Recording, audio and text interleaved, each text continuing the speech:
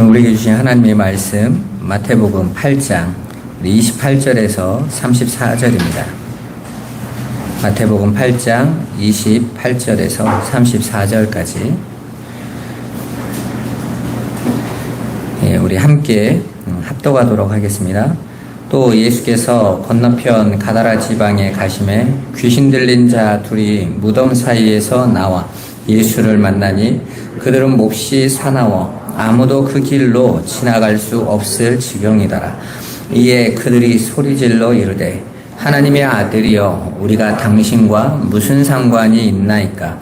때가 이르기 전에 우리를 괴롭게 하려고 여기 오셨나이까 하더니 마침 멀리서 많은 돼지떼가 먹고 있는지라 귀신들이 예수께 간구하여 이르되 만일 우리를 쫓아내시려면 돼지떼를 들여보내 주소서 하니 그들에게 가라 하시니 귀신들이 나와서 돼지에게로 들어가는지라 온 떼가 비탈로 내리달아 바다에 들어가서 물에서 몰사하고는 치던 자들이 달아나 시내에 들어가 이 모든 일과 귀신 들린 자의 일을 고하니 온 시내가 예수를 만나려고 나가서 보고 그 지방에서 떠나시기를 간구하더라.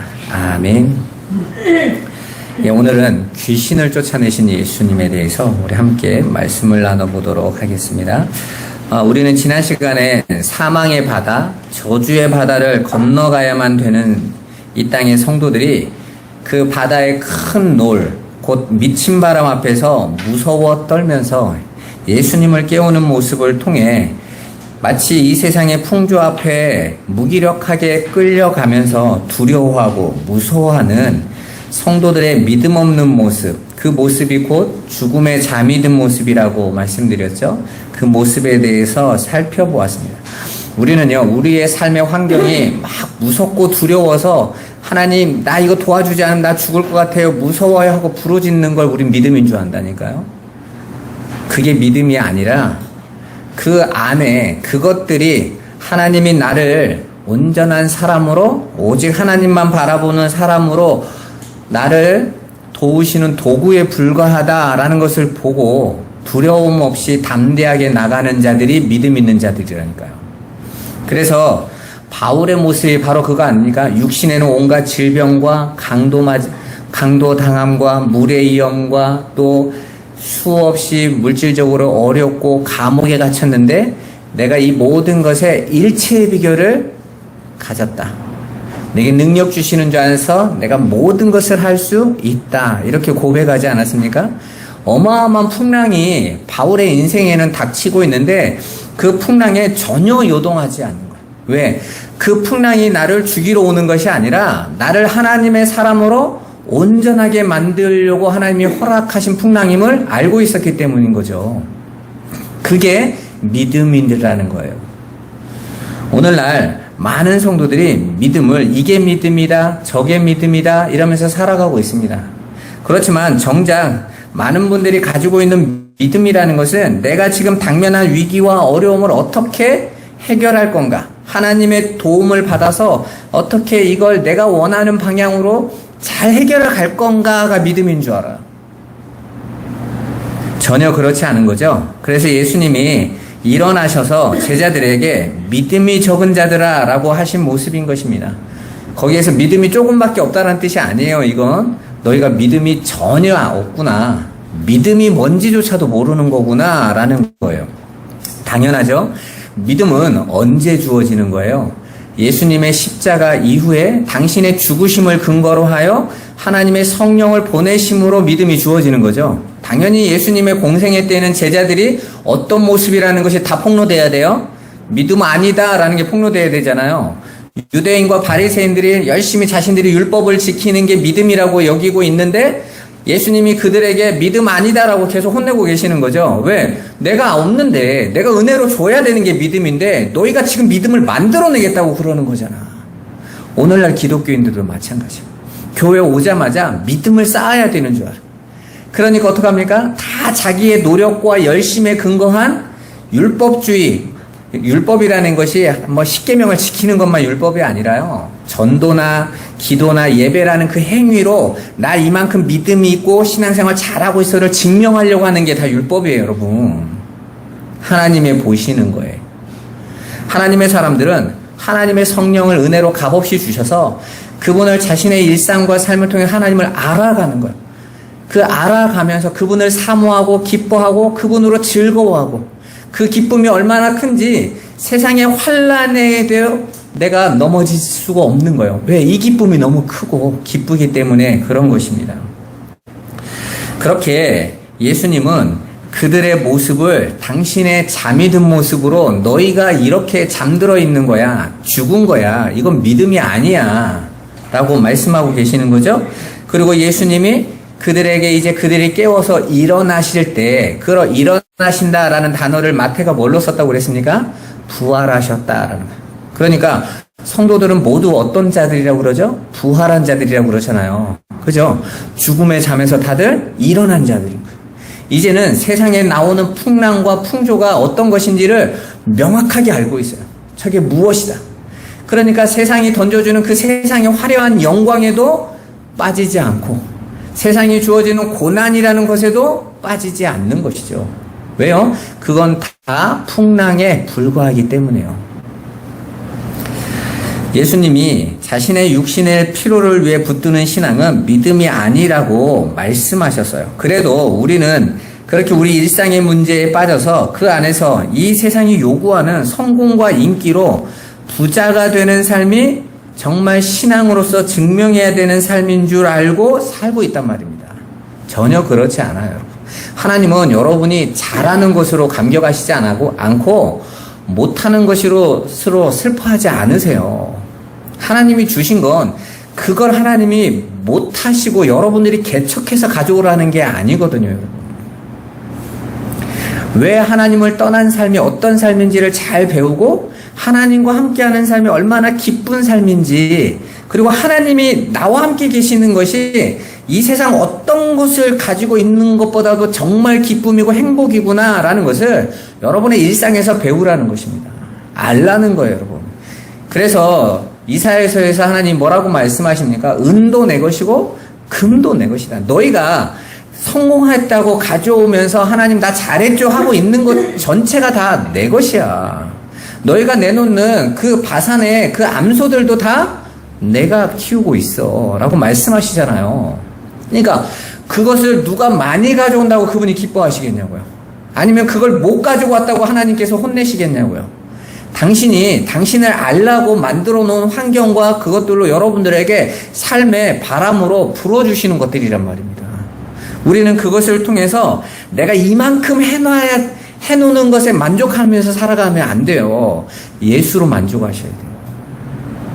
우리는요, 일상을 살아가면서 그 삶에서 내 삶이 얼마나 업그레이드 되는가, 내가 어제보다 얼마나 더 나은 삶을 만들어가고 있는가, 특히 한국 사람들이요. 그래서 내가 그냥 정체되어져서 그냥 그 일상에 살아가는 것 같으면요, 무기력에 빠집니다. 쓸모없는 인생 같아요. 특히 여자분들이 그렇죠?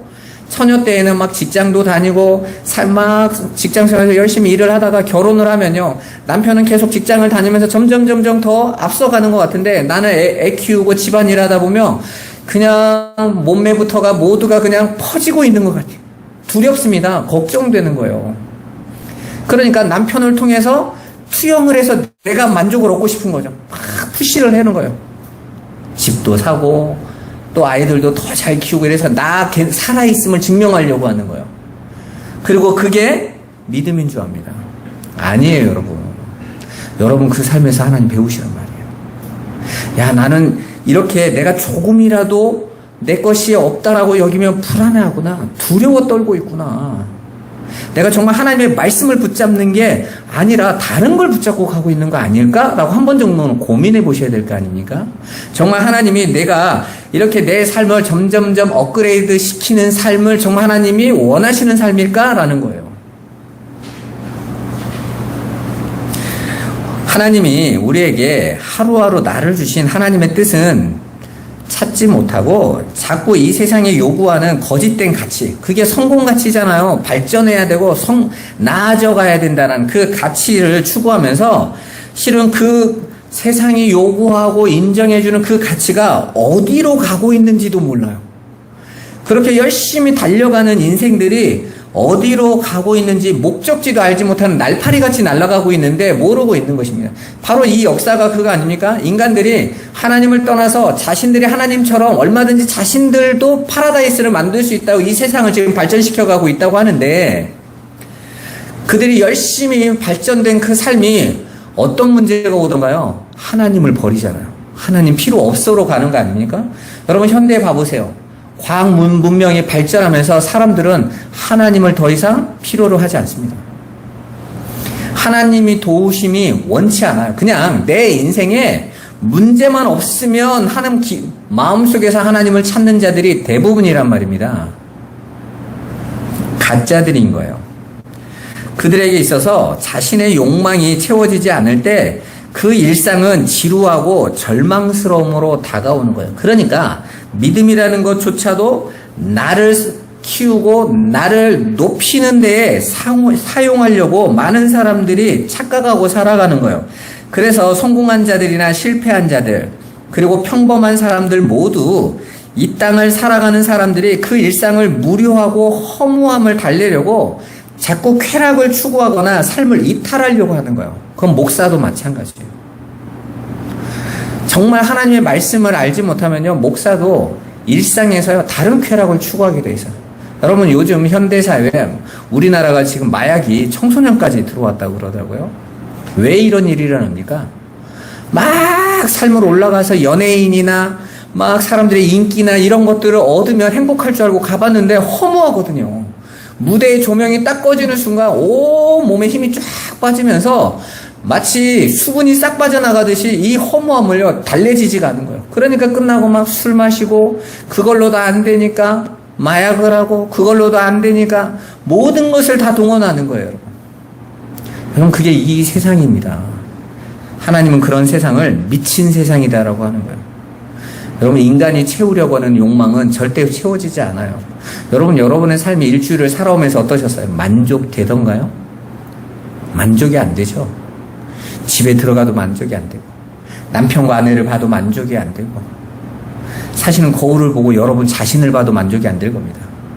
여러분이 하나님을 알지 못하면, 그리고 하나님과 함께하는 그 삶을 내 안에 온전히 채우지 않으면요, 이 세상 어떤 걸로 만족 못할 겁니다. 그래서 모든 인간은 이 땅을 떠날 때 다 한숨 쉬고 가는 거예요. 아무리 채우려고 해도 못 채우거든요. 본질은 하나님을 만나야만 되는 거였단 말입니다. 오늘은 그렇게 하나님이 주신 일상을 온통 자신들의 욕망을 채우려는 자들, 그들을 귀신 들린 자라고 오늘 명명하고 있어요. 그리고 그들을 구원하시는 예수님의 사역, 바로 그 구원의 사역, 구속의 사역을 보여주고 있는 것입니다. 오늘 본문을 보면 예수님이 가다라 지방에서 무덤 사이에서 사는 귀신 들린 자 둘을 만나세요. 마가복음의 똑같은 병영 구절에서는 이 가다라 지방을 거라사 지방이라고도 말을 하고 있어요. 근데 가다라와 거라사는요 한 40km 떨어져 있거든요. 그러면 왜 가다라라고도 하고 거라사라도 할까요? 여기는 헬라의 알렉산더 대왕이 이 지역을 점령하면서 헬라계 이주민이 많이 들어와 있는 지역이에요. 그래서 그 지역을 데가볼리라고 하는데 10개의 성읍이 있어요. 그래서 그 성읍들의 이름이 따로따로 있지만 또 통칭을 우리가 여기 시흥동이지만 우리가 전체로 볼 때는 금천구로 말을 하기도 하고 또 서울이다라고도 말을 하잖아요. 그래서 우리가 시골 같은 데 가면 어디 살아? 그러면 서울 산다고 그러죠. 근데 서울 사람들한테 어디 살아? 그러면 서울이라고 안 하고 금천구에 살아? 그렇게 말합니다. 그죠? 또 금천구 사람끼리 말할 때는 시흥일동에 살아 이렇게 말을 하죠. 그러니까 구체적으로 가면 지역이 나눠지지만 통틀어 말할 때는 가다라 지방이라고도 하고 거라사 지방이라고도 불렀단 말이에요. 그러니까 왜 마가복음에서는 거라사 지방에 있었던 일이라고 하는데 여기는 가다라 지방이라고 하는, 그 당시에는 그렇게 통칭으로 썼어요. 그러니까 같은 사건에 대해서 이야기하고 있는 거예요. 근데 또 하나 궁금한 것은 여기는 귀신 들린 사람이 몇 명이 등장해요? 2명이 등장해요. 거라사 지방에는 1명이 등장했단 말이에요. 여기는 의도가 담겨져 있어요. 여기 마태가 말을 하고 있는 귀신 들린 자 2명은 성경에서 항상 둘은 대표성을 갖습니다. 증인을 상징할 때 항상 2-3 사람의 증인을 등원해야 되죠. 그래서 계시록에서도 믿음의 사람들의 증인이 몇 명 나오죠? 둘 나와요. 그건 2명 있었다는 뜻이 아니라 하나님의 백성들을 대표로 부르는 이름이에요. 그래서 둘을 2명으로 숫자로 생각하시면 안 돼요. 그 당시에는 이런 어구들을 사용해서 어떤 의미를 전하려고 하는 거예요. 그러니까 지금 마태가 말하고자 하는 것은 귀신 들린 자 2명을 통해서 지금 그 무덤 속에 살고 있는 하나님을 떠난 자들을 통칭해서 다 불러들이고 있는 거예요. 그래서 나중에는 어떤 모습이 나옵니까? 이 지역에 있는 사람들이 자신들이 키우고 있던 이 돼지떼들이 다 바다에 빠져서 물에 빠져서 몰살되는 것을 보고 예수님에게 뭘 요구하죠? 떠나라고 요구하잖아요. 그죠?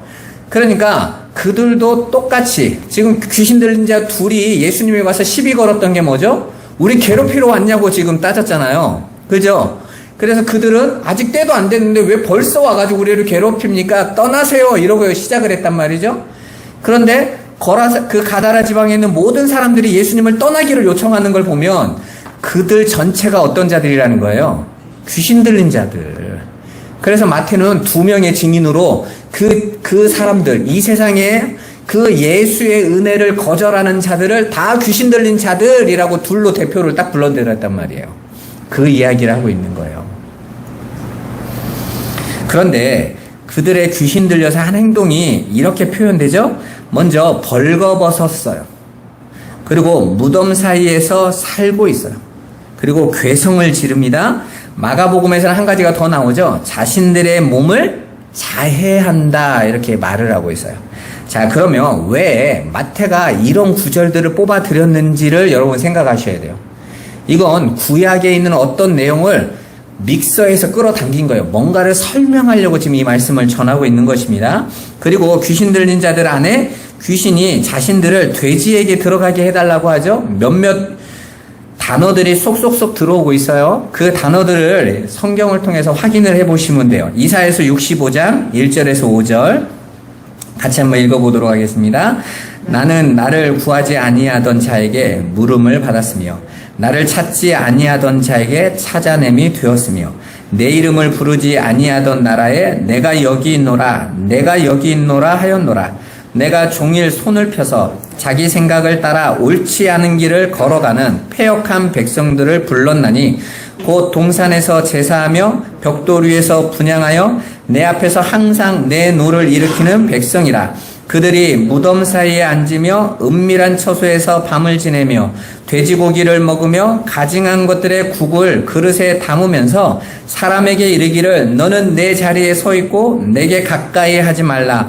나는 너보다 거룩함이라 하나니 이런 자들은 내 코의 연기요 종일 타는 불이로다. 아멘. 여기 보세요. 지금 이스라엘을 향해서 보시면 그들이 우상을 섬기면서 살아가는 그 모습을 그 이스라엘을 향해서 무덤 사이에 있다라고 말을 하고 있어요. 그것은 우상을 섬기는 자들의 삶이 죽은 자의 삶, 무덤에 있으니까 무덤은 죽은 자가 있는 곳이잖아요. 그러니까 그들이 무덤에 있다라는 것은 지금 그들은 열심히 살아있음을 증명하고 있는 거지만 사실은 그 삶 자체가 죽은 거다라고 지금 상징하고 있는 거예요. 그리고 그들은 어떤 고기를 먹습니까? 돼지고기를 먹습니다. 돼지고기는 하나님께서 부정하다라고 정의하신 음식이에요. 그런데 우상을 섬기는 자들이 돼지고기를 즐겨 먹습니다. 유대인들은 돼지고기 안 먹었어요. 근데 하나님은 돼지고기를 먹었다고 지금 말씀하고 계시는 거예요. 그렇다면 그건 실제적으로 먹은 돼지고기가 아닌 거죠. 다른 것을 상징하고 있단 말이에요. 한마디로 우상을 섬기는 자들이 돼지고기를 먹는다라는 것은 그 돼지가 상징하고 있는 이 세상의 힘을 상징하는 거예요. 그래서 여러분 돼지의 움직이는 걸 잘 보면 돼지는 땅에 있는 것을 끊임없이 주워 먹죠. 그죠? 그렇게 끊임없이 주워 먹어서 자신의 몸을 어떻게 해요? 몸집을 키워요. 몸집을. 그죠? 그 정도면 다이어트를 해야 될 것 같은데 그렇지 않고 막 계속 코를 땅에 쳐박고 하늘은 아예 쳐다볼 수도 없어요. 돼지 자체가. 그래서 계속 살을 부풀리고 그게 자신들의 힘이라고 여기고 살아가요. 그게 부정한 거란 말이에요. 마치 이 세상 사람들이 이 땅의 것으로 힘을 막 부풀리면서 그걸 복이라니 하면서 쫓아가고 있는 모습과 너무너무 닮아 있지 않습니까? 그래서 돼지는 항상 이 세상의 힘을 상징하는 존재예요. 그러니까 돼지고기를 먹는다라는 것은 그들이 이 세상의 힘을 추구하고 있다라는 거죠. 이 세상의 행복과 육신의 욕망을 추구하고 그것으로 나를 채우는 삶을 행복으로 여기고 그걸 가치로 여기고 살아가고 있는 거예요. 이 한 이야기와 이사야서 65장 이 이야기와 몸을 상하게 하고 소리를 지르는 사건은 어디에서 등장하냐면 바로 엘리야와 신앙 대결을 했던 바알과 아세라 선지자들이 자신들의 신을 깨워서 응답하게 하겠다고 할 때 했던 행동이잖아요. 자신들의 몸을 사해하면서 소리를 지르고 춤을 추면서 신 앞에서 제사를 지내던 모습이었어요. 그런데 그 두 모습이 한꺼번에 이 귀신 들린 자에게 투영되어 있단 말입니다. 무덤 사이에서 살고 돼지를 치면서 자신의 몸을 상해하고 자해하면서 소리를 지르고 있었던 거예요. 그게 세상으로서는 어마어마하게 힘 있는 모습으로 등장하죠. 그래서 거라사 지방의 마가복음에서는 그들이 쇠사슬까지 끊어버렸다고 그랬어요. 아무도 감당할 수 없는. 이 땅의 사람들은 모두 그런 힘을 갖기를 원해요. 그리고 그런 힘을 동경합니다. 그런데 성경은 그걸 뭐라고 부른다고요? 귀신 들린 것이라고 말을 하는 거예요. 오늘 마태복음에 나오는 바로 이 장면은 하나님을 섬긴다고 하는 자들이 실제로는 우상을 섬기고 있고 그들이 추구하고 있는 신앙의 목적은 곧 세상의 힘이었다라는 것과 그게 곧 귀신 들린 것이라고 말을 하고 있는 거예요. 두 귀신 들린 사람들은 자신의 몸을 자해하는 삶을 살았습니다. 그 삶은 정말 험악한 삶인 거예요. 우리는 막 내 몸을 쳐서 막 굶고 이래서 하나님께 영광을 돌린다는데 그건 험악한 삶인 거예요. 착각하는 거예요. 여러분이 자식 키워보시면 아시잖아요. 자식이 여러분을 기쁘게 해주겠다고 10일 동안 밥 안 먹으면 기쁘세요? 저기 미쳤나 그러죠. 부모는요, 자식이 밥 굶으면 걱정합니다. 내가 언제 너한테 밥 굶으래? 그러잖아요. 근데 어떤 사람은 자신들의 믿음이 있음을 증명하겠다고 40일씩 굶죠. 예수님도 굶었는데 이러면서. 그 굶음이 아닌 거예요, 여러분. 그런데 우리는 그런 것들을 믿음의 행위라고 하고 대단하다 이러고 가고 있지 않습니까? 자기를 증명하려고 하는 삶? 하나님이 원하시는 건 그런 삶이 아니에요. 그렇게 진리를 모르면 오히려 험악한 삶으로 달려가는 거예요. 그리고 하나님께서 부정하다고 말씀하신 그 돼지로 상징되는 우상을 자신의 힘으로 삼고 그 힘을 자신의 삶에서 취하고자 온갖 사기와 권모술수로 그의 삶을 점철시키고 그로 말미암아 그는 마치 무덤 사이에 사는 자처럼 죽음과 방불한 힘겨운 삶을 살아가는 거예요. 그게 바로 자신을 자해하는 자처럼 고통스럽게 살았던 것입니다, 여러분. 여러분, 이렇게 무덤에서 사는 것처럼 자신의 몸을 자해하면서 세상의 힘을 추구하고 살았던 믿음의 조상이 한 명 있었어요. 그게 누군지 아세요? 야곱이었어요. 야곱은 이름 자체가 도둑놈이잖아요. 사기꾼이잖아요. 하나님의 말씀, 하나님 앞에서 그는 이 세상의 힘을 추구하는데 하나님의 이름을 사용했어요. 그죠? 하나님의 능력을 그리로 펴서 어떻게 하려고 했습니까? 삼촌에게서 받았던 흰 양들을 다 얼룩덜룩하는 양으로 다 만들어서 그걸로 두 대, 세 대가 되는 엄청난 거부가 됐다고 그랬지 않습니까? 그게 돼지의 삶이었던 거예요.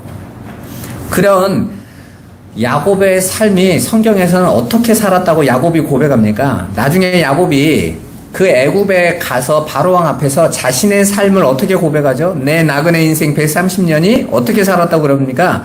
참으로 험악했어요. 그렇게 그 가나안이라는 땅에서 자신이 열심히 부유함을 수단과 방법을 안 가리고 아버지도 속이고 형도 속이고 어떻게든지 나를 부하게 여기고 사람들에게 인정받겠다고 하는 그 삶이 어떻게 되죠? 말년에는 가뭄이 와가지고 그것들이 다 어떻게 돼요? 싹 말라버려요. 아무것도 아니었던 거죠. 아무것도 아닌 것에 평생을 달려온 거예요. 그런데 하나님께서 그거 싹 삭제시키더니 들어와라. 그러니까 그 바로로 상징하는 하나님 앞에서 뭐라고 고백해요?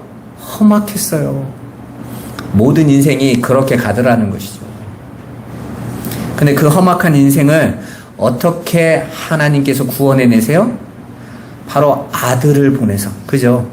그래서 야곱의 구원이 어떻게 이루어지죠? 아들 요셉으로 구원이 이루어지죠. 그죠? 창세기 37장에 보면 야곱의 약전, 야곱의 족보, 야곱의 이야기를 내가 해줄게 하고 딱 시작하고 그 다음부터 바로 누구 얘기가 등장해요? 요셉의 얘기가 나와요. 야곱으로는 절대로 하나님께 갈 수 있어요? 없어요? 못 갑니다. 그러니까 야곱의 삶 안에 누가 확 들어와 버려요. 아들이 들어와요.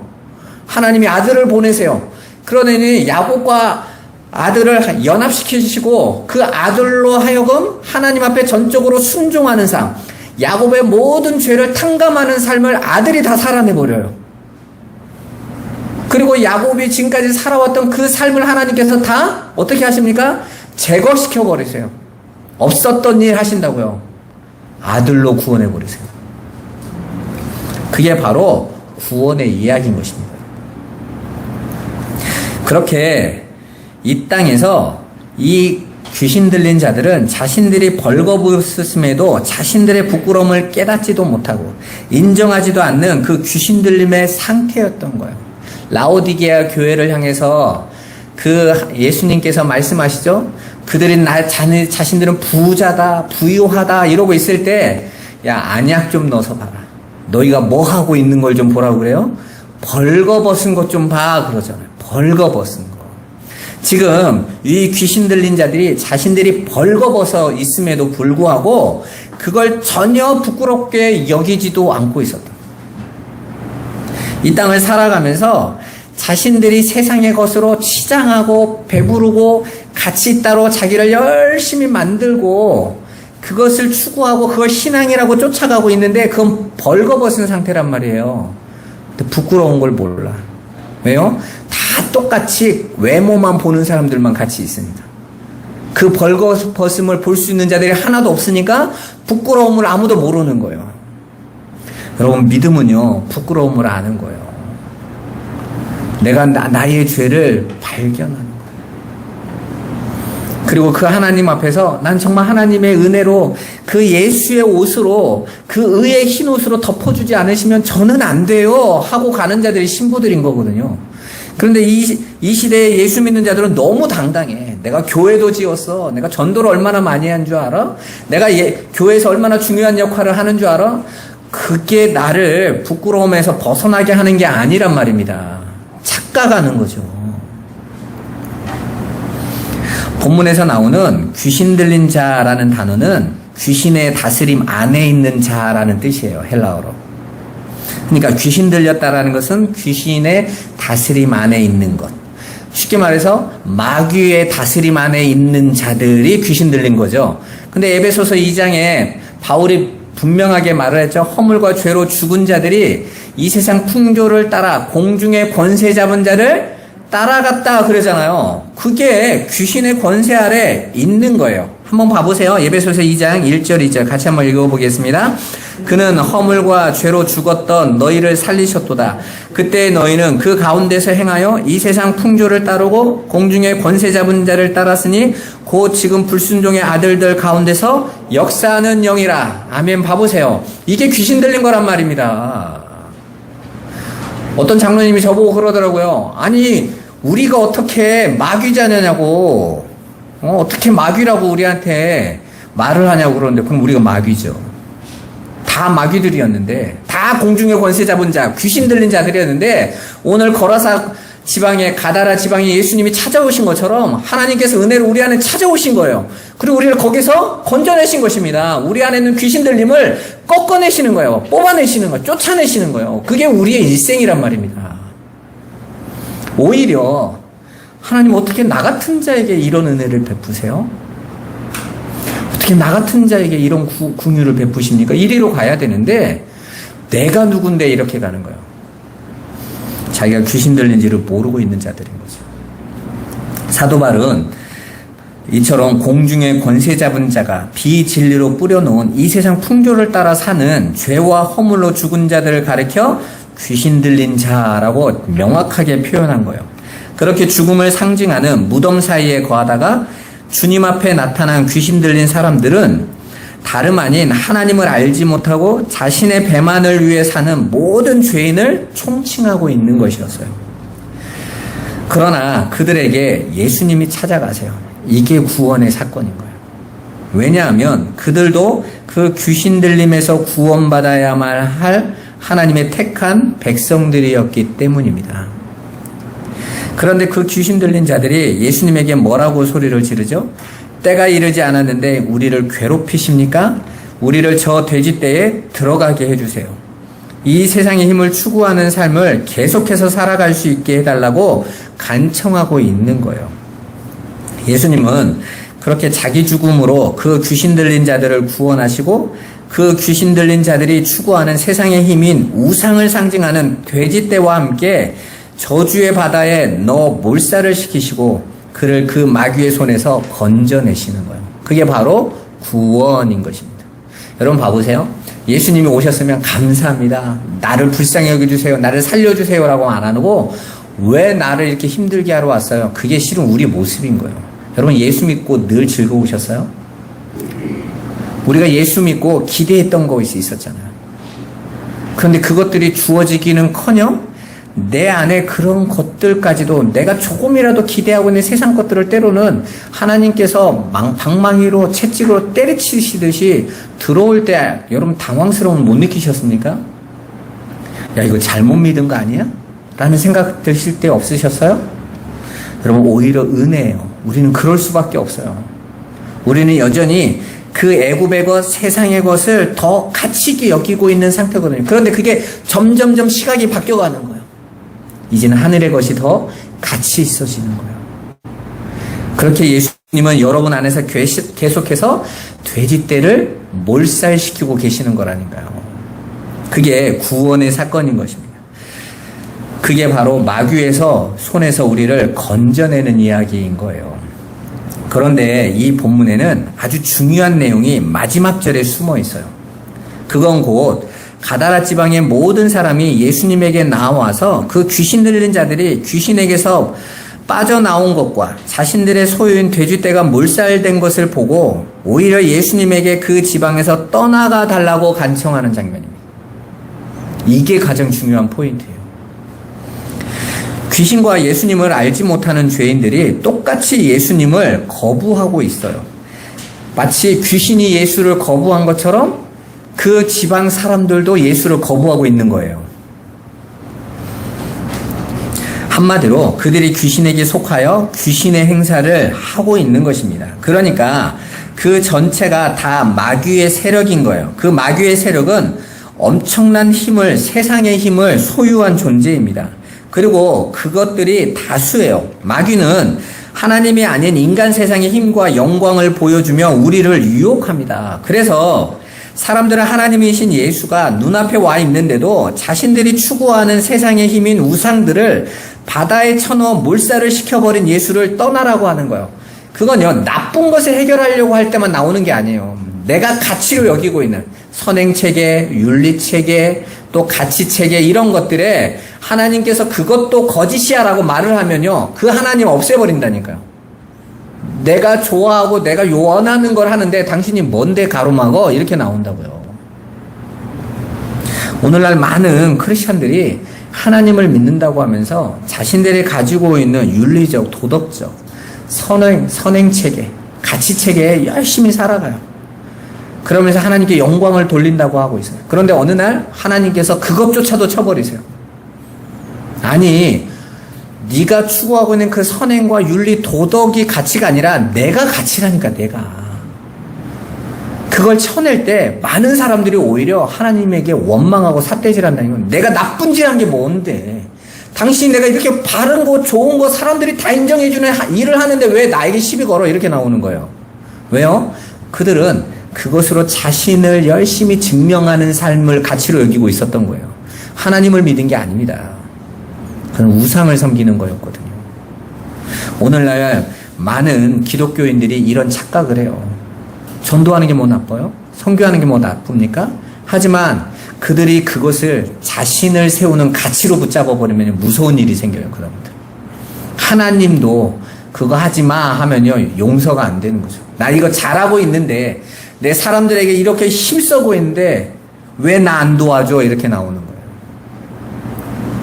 생각해 보세요. 그들은 지금 귀신을 쫓아내는 주님의 권능을 봤어요. 확인했습니다. 그리고 그 군대 귀신이 자기 마을을 장악하고 있었다라는 것도 깨달았어요. 그렇죠? 이게 2000이라고 하는 숫자는 정말 2000이었다라는 것이 아니라 귀신들이 그 마을에 가득 차 있었다는 뜻이잖아요. 그렇다면 귀신을 쫓아내는 권능을 가지신 예수님을 봤을 때 그들이 누구를 도와달라고 해야 되는 거예요? 예수님을 떠나라고 요구해야 되는 겁니까? 아니면 예수님, 우리를 그 귀신들로부터 보호해 주세요. 우리를 구원해 주세요. 라고 요구해야 되는 거예요. 당연히 상식적으로는 우리를 그 귀신에게서 구원해 주세요. 라고 요구해야 될 것 같잖아요. 그런데 그들이 추구하고 있는 세상의 힘을 누가 주더라는 거예요? 귀신이 주더라는 거예요. 오히려 뭘 붙잡서? 귀신을 붙잡는 거죠. 여러분, 요즘 정치인, 요즘 뉴스 보면 정치 세계에서 가장 유명하게 뜨는 게 뭐죠? 무속이에요, 무속. 윤석열 대통령이 와 그거 쫓아서 해서 됐다더라 해가지고 카더라가 막 넘쳐나니까 사람들이요 가요. 그런데 제 주변에 성공한 사람들 치고 무당 안 간 사람이 없습니다, 여러분. 그런데 처음에는요 그냥 길을 열어준 것 같은데 내 삶이 그걸로 묶여가기 시작해요. 제가 잘 아는 분들이 그런 분들 나중에는요 그거 안 하면요 그 무당 말 안 들으면요 벌벌벌벌 뜹니다. 그런데 그 삶이요, 나중에는 그대로 끌려가서 나중에는 매여서 살아요. 아니면요, 막 삶 자체가 무서워서 아무것도 못 합니다. 완전히 장악되는 거예요. 그런데도 왜 계속 따라가는 줄 아세요? 세상에 걸 주거든요. 돈을 주거든요. 세상에 힘을 주거든요. 그런데 나는 그게 더 좋습니다. 그런 거예요.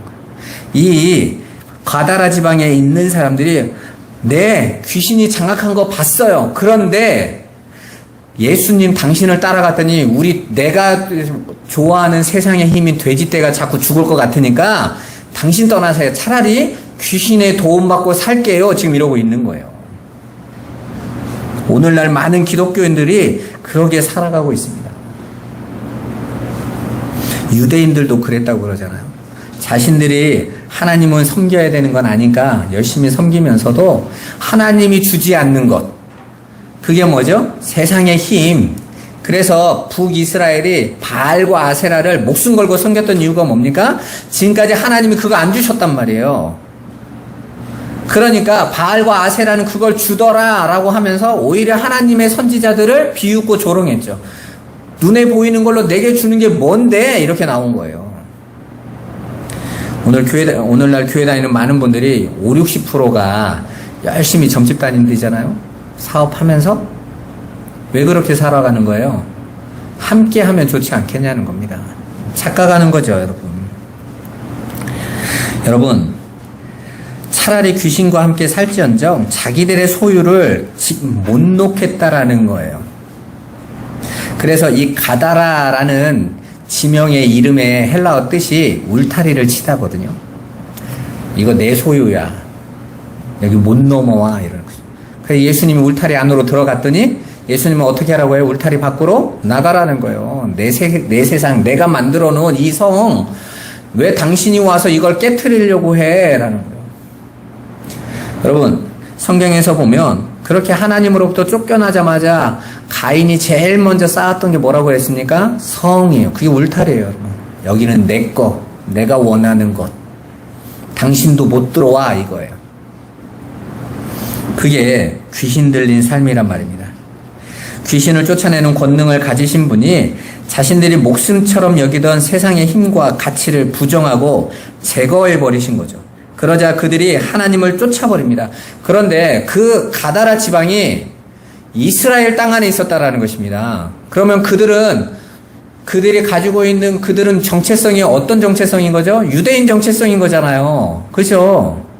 그러니까 지금 하나님이 말씀하시는 게 뭐예요? 너희가 하나님을 믿는다고, 하나님의 선민이라고 말하지만 사실은 너희 안에서는 그 세상의 힘이 가득 차 있는 거잖아. 그거 추구하고 있는 거잖아. 그게 날 믿는 거야? 라는 거죠. 오늘 마태복음 8장은 계속해서 기적의 일들이 일어났죠. 나병 환자를 고치시고, 백부장의 하인을 고치시고, 그리고 베드로의 장모와 많은 귀신 들린 자, 병든 자, 연약한 자들을 다 고치시는데, 그리고 풍랑 위에 풍랑을 잠잠케 하신 예수님의 기적과 이적이 나타나는데, 그것들은 다 어디로 연결되는 거죠? 오늘 마지막 1위로 다 몰리고 있는 거예요. 귀신 들린 자. 하나님의 말씀이 들어가서 그들의 거짓, 그들이 지금까지 추구하고 있는 거짓의 비진리를 다 쫓아버리시는 거예요. 세상의 거짓의 것들을 다 깨트려 버리시는 거예요. 그게 나병 환자를 살리는 사건이고, 그게 질병을 고치는 사건이고, 그게 풍랑을 잠잠케 하는 사건이고, 그게 바로 저와 여러분을 구원하는 사건이라는 것입니다. 예수를 믿어서 그 예수만이 나의 전부가 돼야 되는데, 예수를 믿어서 내 소유가 혹시라도 손해가 일어난다면 나는 그런 예수는 안 믿겠다라는 거예요. 그러나 하나님의 은혜를 입은 자들은 이 세상의 힘인 돼지떼와 상관없이 그분을 쫓기를 소망합니다. 오히려 눈이 열린 자들은 내가 지금 돼지떼들과 돼지가 먹는 양식을 내가 추구하고 있었구나 하고 정신을 바짝 차리는 거죠. 내가 그 돼지떼의 마음을 뺏기고 있었구나 하고 정신을 차리는 거예요. 그게 바로 누가복음 16장의 탕자의 얘기 아닙니까? 그 돼지떼들 사이에서 내 아버지의 집에 진짜 양식이 있는데 나는 돼지들이나 먹는 이 세상의 양식을 먹고 살아가고 있구나. 내 아버지 집에 가야지. 내 종들도 양식을 먹는데 하고 어떡합니까? 내 아버지께로 돌아가야지가 하늘의 백성들의 삶인 거예요. 그래서 오히려 그들은 그 돼지를 털털 털어버리고 아버지께 간단 말입니다. 그게 진짜 성도인 거예요. 그래서 마가복음에서는 이 귀신 들린 자, 광인이 예수를 쫓겠다고 간청하는 것입니다. 나 살려주세요. 나 데려가 주세요. 어떻게 해요? 옷을 제대로 입고 이제 진리의 옷을 입은 거죠. 정신을 차린 거예요. 귀신이 떠나간 거예요. 나 데려가 주세요. 나 쫓아가게 해주세요. 이게 바로 구원이 무엇이며 구원받은 자의 삶이 어떠한 것인지를 설명해 주고 있는 것입니다. 여러분은 정말 그리스도를 따르고 계십니까? 아니면 예수 그리스도를 통해서 돼지를 잘 치우고 싶어서 그러시는 겁니까? 오늘 저와 여러분들 안에서 여러분이 추구하고 있는 세상의 것들을 끊어내시는, 그 귀신을 쫓아내시는 그 예수의 능력을 정말 믿음으로 구하시고 확인하시고 그 은혜 안에 쫓아가시기를 주님의 이름으로 축원합니다. 기도하겠습니다. 살아계신 하나님 감사합니다. 아버지, 허물과 죄로 죽은 자들에게서 나타나는 이 세상 풍조, 공중의 권세 잡은 자가 던져주는 그 돼지를 치는 삶에서 우리를 구원하시는 그 예수 그리스도의 은혜를 보게 하여 주옵소서. 아버지여, 귀신들이 우리를 속이고 있었던 그 세상의 영광이 그 돼지떼와 함께 하나하나씩 우리의 삶에서 끊어져 나갈 때 우리는 오히려 두려워하는 것이 아니라 찬송하고 기뻐하며 주님을 사모하는 자들로 서게 하여 주옵소서. 아버지여, 이 땅의 모든 사람들이 그렇게 다 자신들이 귀신 들린 삶, 이 세상의 영광에 취해서 묶여있는 삶임을 보게 하신 것처럼 아버지, 우리 성도들의 삶이 그 눈을 열어서 오직 진리이신 그리스도만 따라가며 쫓아가게 하여 주옵소서. 그래서 믿음으로 온전케 하시는 주님만 의지하는 자 되게 하여 주옵소서. 예수 그리스도의 이름으로 축복하며 기도드리옵나이다. 아멘.